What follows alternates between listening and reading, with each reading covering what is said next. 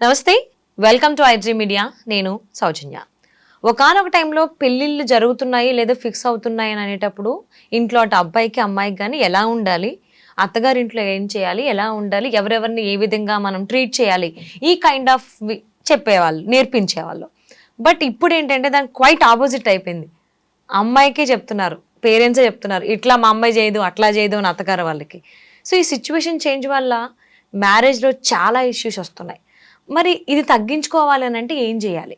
ఈ అంశానికి సంబంధించి ఎన్నో విషయాలను మనకు తెలియజేయడానికి ఈరోజు మనతో పాటు ఉన్నారు senior journalist and family counsellor Priya Chaudhary గారు ఉన్నారు. వారితో మాట్లాడదాం. నమస్తే అండి. ఒకనొక టైంలో పెళ్ళిళ్ళు చేస్తే సంవత్సరాలు జీవితాంతం కలిసి ఉండేవాళ్ళు. కానీ ఇప్పుడు చివరి వరకు జీవితాంతం అన్న, అందుకే జీవితాంతం కలిసి ఉండేవాళ్ళు. ఇప్పుడా పెళ్ళి ఒక నెల లోపు అయ్యిందంటే డివోర్స్ అయిపోయింది, డివోర్స్ ఫైల్ చేస్తున్నాం, ఇలాంటివి వినాల్సి వస్తుంది. అటు అబ్బాయి చెప్తున్నాడు నెగిటివ్ అమ్మాయి వైపు, అమ్మాయి కూడా చెప్తుంది అబ్బాయి వైపు. అంటే పేరెంట్స్ది ఎక్కువ మిస్టేక్ ఉంది అని చెప్పేసి చాలా మంది అంటున్నారు. సో ముఖ్యంగా అమ్మాయి పేరెంట్స్ లేదంటే అబ్బాయి పేరెంట్స్ కానీ ఎలాంటి జాగ్రత్తలు తీసుకోవాలి ఇలాంటివి జరగకుండా ఉండాలంటే? యాక్చువల్గా సౌజన్య, ఈ ఇష్యూస్ మనం ఇంతకుముందు చాలాసార్లు మాట్లాడడం జరిగింది. నేను కొన్ని వేల ఎపిసోడ్స్ మాట్లాడాను. కానీ ఎంత మాట్లాడినా కూడా person to person, case to case చాలా డిఫరెంట్ గా కనిపిస్తా ఉన్నాయి. ఏదో కొత్త పుట్టుకొస్తుంది. ఎగ్జాక్ట్లీ అదే అనుభూతి. ఏదో కొత్త పుట్టుకొస్తుంటే నాకు ఎప్పటికప్పుడు దీన్ని నేను క్లీన్ చేసుకోవడం అయిపోతా ఉంది అనమాట. ఇప్పుడు ఇల్లు ఊడ్చుకొచ్చేవాటే చెత్త వేస్తానే ఉన్నారు, మళ్ళీ ఊడవలసి వస్తుంది. అంటే ఎప్పటికప్పుడు ఊడ్చుకుంటూ పోవాల్సిందే. అంటే ఎప్పటికప్పుడు ఈ పర్సన్ టు పర్సన్ ఏదైనా సరే ఆ అంశాన్ని బయట పెడితే ఆ అంశం వాళ్ళ జీవితంలోకి రాకుండా ఈ పేరెంట్స్ చూసుకుంటారు, ఈ పిల్లలు ప్రిపేర్ అవుతారు అనేటటువంటి ఉద్దేశంతో నేను ఎప్పటికప్పుడు ఇంత లాంగ్ టర్మ్ నేను ఈ ఇష్యూస్ మీద మాట్లాడి సక్సెస్ అవడానికి కారణం అది. ఇక్కడ ఏం జరుగుతుందంటే మీరు అడిగినట్టు ఈ మధ్యకాలంలో కొత్తగా కేసులు వింటున్నాను సౌజన్య. నాకు నవ్వాలా లేకపోతే ఏం చేయాలో అర్థం కావట్లేదు. పెళ్ళిళ్ళు చేస్తున్నారు, సంబంధాలు కుదుర్చుకుంటున్నారు, అబ్బాయి కుటుంబం బాగానే ఉంటుంది. అంటే ముఖ్యంగా ఫస్ట్ అమ్మాయిల్లో నేను గమనించింది, నాకు నిజంగా నవ్వు తెప్పించింది, జాలి కూడా వేసింది ఒక విధంగా. అబ్బాయి ఎంత సంపాదిస్తున్నాడు, అబ్బాయి అమెరికాలో ఉన్నాడా, ఆస్ట్రేలియాలో ఉన్నాడా, లేదా ఇక్కడే ఉంటే ఎన్ని కార్లు ఉన్నాయి, ఎన్ని బంగ్లాలు ఉన్నాయి, చూసుకోవచ్చు, తప్పలేదమ్మా. ఎందుకు అనంటే ఎప్పుడైనా సరే ఒక ఫైనాన్షియల్ సెక్యూరిటీ అనేది మనకి మించినటువంటి ఫైనాన్షియల్ సెక్యూరిటీలోనే మనం చూసుకుంటాం. అది ఎట్టి పరిస్థితుల్లో తప్పే కాదు. కానీ ఇక్కడ విషయం ఏంటంటే నువ్వు వాటిల్ని చూసుకున్నప్పుడు సాటిస్ఫై అయ్యావు కదా. అబ్బాయికి ఇంత జీతం వస్తుంది, లేదా అబ్బాయి అమెరికాలో ఉన్నాడు, ఎన్ని డాలర్లు సంపాదిస్తున్నాడు, ఇక్కడ ఇంత ప్యాకేజ్ ఉంది, ఇంత సంపాదిస్తున్నాడు, నువ్వు సాటిస్ఫై అయ్యావు కదా. పెళ్లి చేసుకునే ముందు ఓకే అనుకున్నావు కదా, తల్లిదండ్రులు కుదిర్చారు కదా, తల్లిదండ్రులు కూడా ఎంక్వైరీ చేసుకున్నారు కదా, ఈ పిల్లవాడికి ఎంత వస్తుంది, ఈ పిల్లవాడి కుటుంబం ఏంటి, ఈ పిల్లవాడేంటి, ఈ పిల్లవాడి బుద్ధులేంటి ఏంటి అనేది ఎంక్వైరీ చేసుకున్నారా లేదా? ఖచ్చితంగా చేసుకుంటా. అవును. చేసుకున్న తర్వాత నువ్వు దేనికి సాటిస్ఫై అయ్యావు? అతని డబ్బుకి సాటిస్ఫై అయ్యావు, అతను ఇచ్చేటటువంటి ఫెసిలిటీస్కి, అతని ఆస్తిపాస్తులకి, అతని హోదాకి, అతని చదువుకి సాటిస్ఫై అయ్యావు. నీ బిడ్డనిచ్చి పెళ్లి చేసావు, నీకు అన్నీ దొరుకుతున్నాయి, కార్లు ఉన్నాయి, హ్యాపీగా మీ అమ్మాయి అడిగినన్నీ జరుగుతున్నాయి, అంతా బాగానే ఉంది.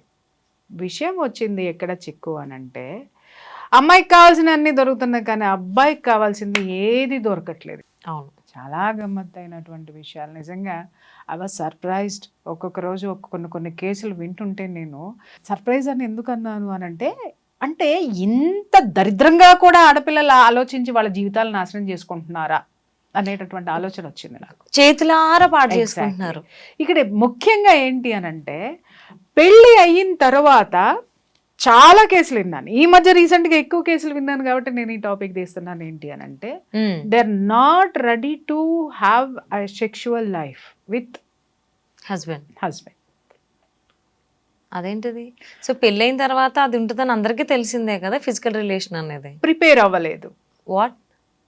నేను ప్రిపేర్ అవ్వలేదు, వాళ్ళు చాలా క్యాజువల్ గా చెప్తున్నారు. నేను ప్రిపేర్ అవ్వలేదండి. ఏంటి మరి దేనికి ప్రిపేర్ అయ్యొచ్చో? కారులో ఎక్కి తిరగడానికి ప్రిపేర్ అయ్యొచ్చావా? వాడు తెచ్చే డాలర్లు లెక్క పెట్టుకోవడానికి ప్రిపేర్ అయ్యొచ్చావా? లేకపోతే ఆ ఇంట్లో నువ్వు ఎప్పుడు పడితే అప్పుడు లేవడానికి ఎన్ని గంటలు పడితే అన్ని గంటలు పడుకోవడానికి నీ ఇష్టం వచ్చినట్టు చేయడానికి ప్రిపేర్ అయ్యొచ్చావా? నేను ఆడపిల్లలందరినీ అనటం లేదమ్మా, ఇలా జీవితాలని కాల్చుకునేటటువంటి ఆడపిల్లల్ని కాలుతుంటే సమర్థించేటటువంటి కట్టె పుల్లలాగా దోసేటటువంటి పేరెంట్స్కి చెప్తున్నాను నేను ఈ విషయం. ఇక్కడ నేను ప్రిపేర్ అవ్వలేదు, నాకు ఇంట్రెస్ట్ లేదు, నేను ప్రిపేర్ అవ్వాలి. ఏం ప్రిపేర్ అవుతావు? ఈ అమ్మకి పెళ్లి చేసుకునేటప్పటికే 25 దాటుతాయి. అవును. ఒక ఆడదై పుట్టిన తర్వాత పెళ్లి అంటే ఏంటి అని తెలుసుకోవడానికి ఒక సర్టన్ ఏజ్ అయితే వస్తుందిగా. టీనేజ్ వచ్చిన తర్వాత ఈ శరీరం ఎందుకు ఉంది, దానికి ఒక తోడు కావాలని అనిపిస్తుంది కదా. హార్మోన్స్ ఎప్పుడైతే మన బాడీలో ప్రొడ్యూస్ అవుతాయో అప్పటి నుంచి అపోజిట్ సెక్స్ మీద ఒక విధమైనటువంటి అట్రాక్షన్ ఏర్పడుతుంది అనేటటువంటి సృష్టి రహస్యం ఈ అమ్మలకి తెలియదా అని అడుగుతున్నాను నేను. ఓకే, ఉంటది కదా. అవును. ఆ తెలిసినటువంటిది నువ్వు పెళ్లి అనేటటువంటి తతంగంలో ఏముంటదమ్మా? పెళ్లి మగాడు ఎందుకు చేసుకుంటాడు? 2 విషయాలు. 1 సెక్షువల్ లైఫ్ ఎంజాయ్ చేయడానికి, 2 వంశాంకురాలతోటి లైఫ్ లాంగ్ తనకు ఒక తోడుని వెతుక్కొని ఆ వంశంలో తనకంటూ బిడ్డల్ని కని తనకు ఒక ఆసరాని ఏర్పాటు చేసుకోవడానికి భార్యను తెచ్చుకుంటాడు. ఓకే, ఆ భార్య విలువ తెలియకుండా రాసి రంపాను పెట్టే దరిద్రుల గురించి తర్వాత మాట్లాడదాం మనం. రైట్, దీనికోసమే వాడు తెచ్చుకుంటాడు. ఎప్పుడైతే నువ్వు ఈ ఇంటికి వచ్చావో నేను ప్రిపేర్ అవ్వలేదు అని నువ్వు కూర్చుంటే నాకు అర్థం కాక అడుగుతాను, వాడు దేనికి ప్రిపేర్ అవ్వాలమ్మా? దేనికి ప్రిపేర్ అవ్వాలి వాడు? అది చెప్పండి. ఇచ్చి పుచ్చుకోవడం అనేది ప్రతి విషయంలోనూ ఉంటుంది, ప్రకృతిలో కూడా ఉంటుంది. అర్థమైందా? మొక్కకి నీళ్లు మనం పోస్తేనే అది మనకు ఆక్సిజన్ ఇస్తుంది, పెరుగుతుంది. అలాగే వర్షం వస్తేనే ఆ మొక్క చిగురిస్తుంది, దాని నుంచి ఆక్సిజన్ మనకు వస్తుంది. మనం వదిలేసిన కార్బన్ డైఆక్సైడ్ అది తీసుకుంటుంది. ఇచ్చి పుచ్చుకునే ధోరణి ప్రకృతిలోనే ఉంది, మనుషుల్లో ఎందుకు ఉండదు? ఇక్కడ చాలామంది తెలివిగా మాట్లాడతారు ఏంటి అంటే ఆడపిల్లలు, అవునండి ఓర్చుకోవాలి అని అంటారు. ఓర్చుకోవాలి, కానీ దేనికి ఓర్చుకోవాలి? నువ్వు రైట్ రాయల్గా ఇంటికి వచ్చేసి ఏ విధమైనటువంటివి నువ్వు ఇవ్వకుండా అక్కడ కూర్చొని పొద్దున్నే ఈ అమ్మ 10ంటికి లెగుస్తుందో తెలియదు, 11ంటికి లేస్తుందో తెలియదు, 12ంటికి లెగుస్తుందో, కనీసం కప్పు కాఫీ కూడా వాడు నోచుకోడు. సరే వాడు తిప్పలేదో వాడు పడుతున్నాడు, సరే నేను చేసుకున్నాను కదా ఈ అమ్మాయి తెలుసుకుంటుందిలే అని చెప్పేసి అని కాఫీ దగ్గర నుంచి వంట దగ్గర నుంచి అన్ని వాడే చేసుకునేటటువంటి ప్రయత్నాలు జరిగిన తర్వాత కూడా, లేచిన తర్వాత కూడా వండింది తినడానికి కూడా వంకలు పెట్టి స్విగ్గీ ఆర్డర్లో ఇంకోటో తెచ్చి మళ్ళీ ఈడి జేబుకే బొక్క. ఏం ఎంజాయ్ చేస్తున్నావు నువ్వు?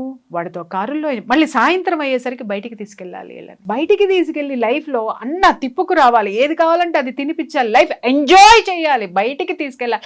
ఈ మధ్య పేరెంట్స్ కూడా ఇది ఎక్కువ మాట్లాడుతున్నారు. అవును, ఎక్కడికి తీసుకెళ్ళడండి అని. అది తప్పు. ఎక్కడికి తీసుకెళ్ళకుండా ఉండడం అనేది తప్పు. కానీ అప్పుడప్పుడు ఖచ్చితంగా రిలాక్సేషన్ అనేది భార్యకి కావాలి. కానీ ప్రతిరోజు ప్రతి నిమిషం కోరుకున్నప్పుడల్లా ఇదేంటి ఏమంటారు, వాడేదో నీకు డ్రైవర్ ఉద్యోగం చేయాలి, తర్వాత ఏం ఉద్యోగం చేయాలి, నీకు సంపాదించి పెట్టేటటువంటి ఒక ఉద్యోగిగా నీ దగ్గర ఉండాలి.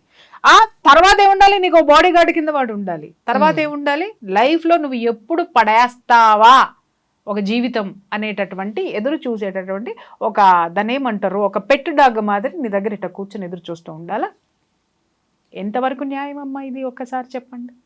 అంటే ఎవరైతే అమ్మాయిలు ఉన్నారో నేను ప్రిపేర్ అవ్వలేదు, నాకు ఇంకా టైం కావాలి అంటే అది కిడ్స్ వైస్ ఆలోచించుకుంటే అంతవరకు ఓకే. ఈ ఫిజికల్ రిలేషన్ కూడా కాదు అంటే దానికి అమ్మాయి పేరెంట్సే అమ్మాయికి సపోర్ట్ చేస్తున్నారు. మా అమ్మాయి అలాగే ఉంటది, అమ్మాయి అంతే, మా అమ్మాయి పిల్లలకి అందం. ఎగ్జాక్ట్లీ. అంటే ఈ మాటలు వింటుంటే షాక్ అనిపిస్తోంది అసలు. ఈ పేరెంట్స్ నేను ఒకటి అడుగుతున్నా, ఈ పేరెంట్స్ కల్చర్ ఎట్లా ఉంటుందో చెప్పమంటావమ్మా? ఇలా మాట్లాడేటటువంటి పేరెంట్స్ లో ఆ ఇద్దరు పేరెంట్స్ కి సఖ్యత ఉండదు, నంబర్ 1. ఓకే. రెండోది ఏంటి అనంటే వాళ్ళకి అసలు అవగాహనే లేదు.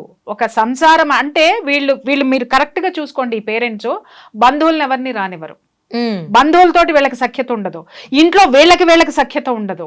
అసలు జీవితం యొక్క విలువ, ఆ టేస్ట్, ఆ మాధుర్యం తెలియనటువంటి జడ పదార్థాలు ఎవరైతే ఉంటారో, స్వార్థపరులు ఎవరైతే ఉంటారో వాళ్ళ సంసారాల్లోనే ఇలాంటి ఆడపిల్లలు ఇలాంటి పెరుగుదలలో ఉన్నారు, ఇలాంటి పెంపకంలో ఉన్నారు. నేను ఇక్కడ ఒక ప్రశ్న ఈ ఆడపిల్లల్ని వేస్తున్నా, నువ్వు ప్రిపేర్ అవ్వకుండా పెళ్ళెందుకు చేసుకున్నావు? వాళ్ళ చేత పెళ్లి కోసం అన్ని లక్షలు ఎందుకు ఖర్చు పెట్టించావు? నీకు ఖర్చు అయితే నీ ఆనందం కోసం నువ్వు ఖర్చు పెట్టుకున్నావు, తీసి పక్కన పడే.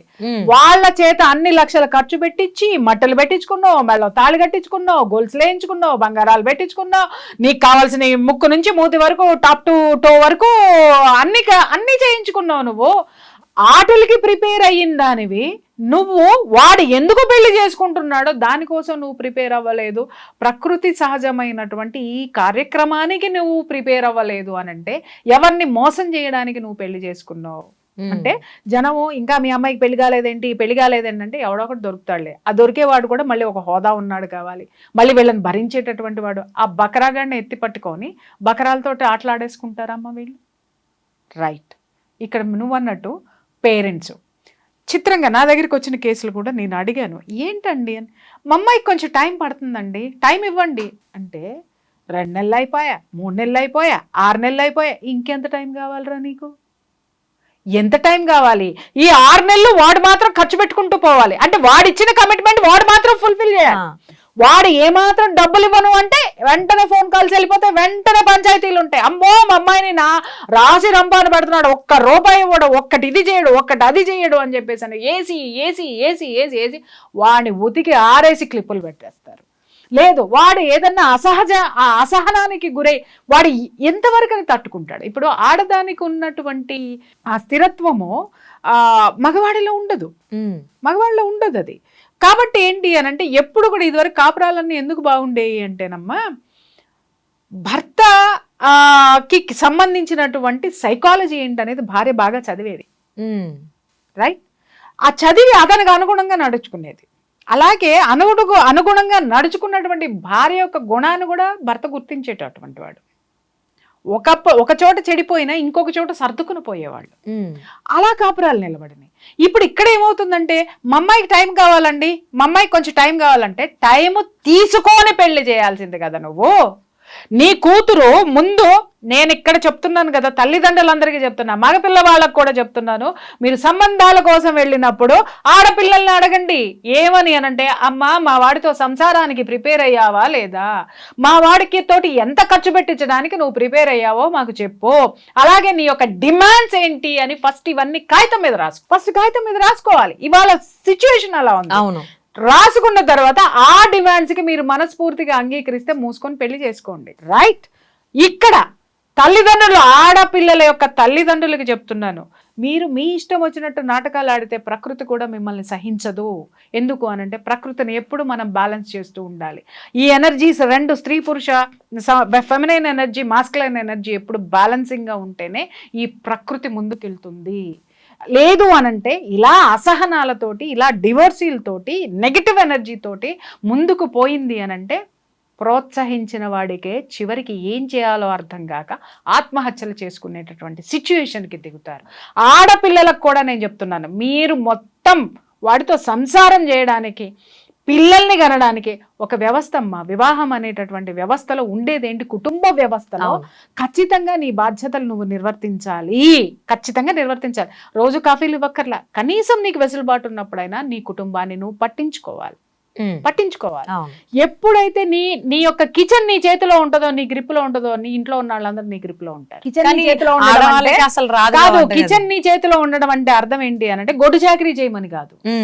అంత అద్భుతంగా వచ్చిన వాళ్ళని ఆదరించి చక్కగా వాళ్ళకి నువ్వు ఏదైతే పెడతావో ప్రతి ఒక్కళ్ళు నిన్ను ఆదరిస్తారు. ఇల్లు మొత్తం నీ చేతిలో ఉంటుంది, ప్రతి ఒక్కళ్ళు నిన్ను లైక్ చేస్తారు. అది కాకుండా నేను ప్రిపేర్ అవ్వాలా, నేను 10 దాకా పడుకుంటా, నేను 1 గంట, ఏమ్మా ఒక మనిషివి కాదా? ఆడదాని అనేది తీసి పక్కన పెడతా.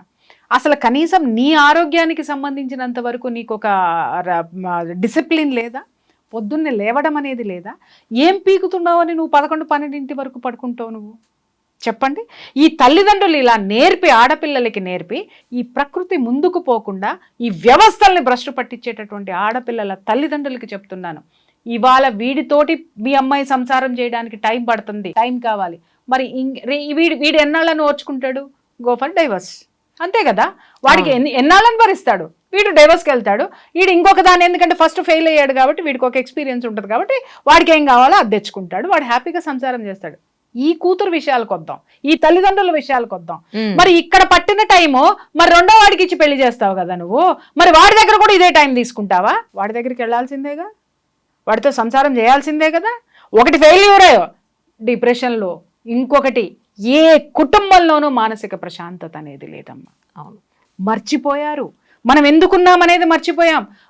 మన యొక్క భారత వైవాహిక వ్యవస్థకి సంబంధించినటువంటి ఆ యొక్క విలువలన్నిటినీ కూడా సమాధి చేసేసి ఇవాళ డబ్బులు డబ్బులు డబ్బులు డబ్బులు వెనక పడిపోయి ఎంత భయంకరంగా జీవితాలను వీళ్ళు నాశనం చేసుకుంటున్నారో.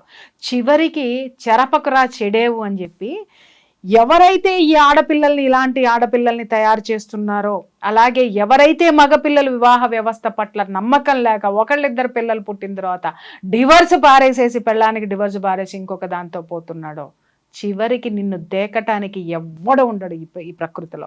ఎందుకంటే నువ్వు చూడ్డానికి ఎవరిని ఇష్టపడలేదు, నువ్వు స్వీకరించడానికి ఎవరిని ఇష్టపడలేదు. అదే తిరిగి ప్రకృతి నీకు తీసుకొచ్చి పెడుతుంది. దాన్ని ఫేస్ చేయాల్సినటువంటి పరిస్థితి వస్తుంది. ఎన్ని పెళ్లిళ్ళు చేస్తావు నీ కూతురికి? రెండో వాడికి అలాగే జరుగుతుంది. మూడోది చేస్తావా? మూడోది జరిగితే నాలుగోది చేస్తావా? ఎన్ని చేసుకుంటూ పోతావు నువ్వు? ఎంతవరకు చేసుకుంటూ పోతావు? ఒకటి అయ్యిందంటే రెండో వాడు పట్టుబట్టడా? ఒకటి అయిందంటే వాడు ఎంక్వైరీలు చేసుకోడా? మీ పిల్లల జీవితాల్ని ఈ పేరెంట్స్ వాళ్ళ కాలు రాస్తున్నారు. అది ఆ పిల్లలు కూడా తెలుసుకోవాల్సినటువంటి అవసరం. అది రియల్ గానే అండి, కానీ వాళ్ళు రియలైజ్ అవ్వట్లేదు. అది ఎక్కువగా డివోర్స్ అవుతున్నాయంటే మోస్ట్ ఆఫ్ పర్సంటేజ్ చూసుకుంటే అమ్మాయి పేరెంట్స్, అమ్మాయి ఏం చెప్పినా దానికి ఇంతే ఉంటుందని సపోర్ట్ చేయడం, సర్ది చెప్పకుండా ఇలా చేయాలి ఇలా ఉండాలి అని చెప్పకుండా చాలా అనర్థాలకు వెళ్తున్నాయి. బట్ రాబోయేటువంటి రోజుల్లోనే ఇవన్నీ తగ్గాలని చెప్పి ఆశిద్దామండి. Thank you so much. Thank you.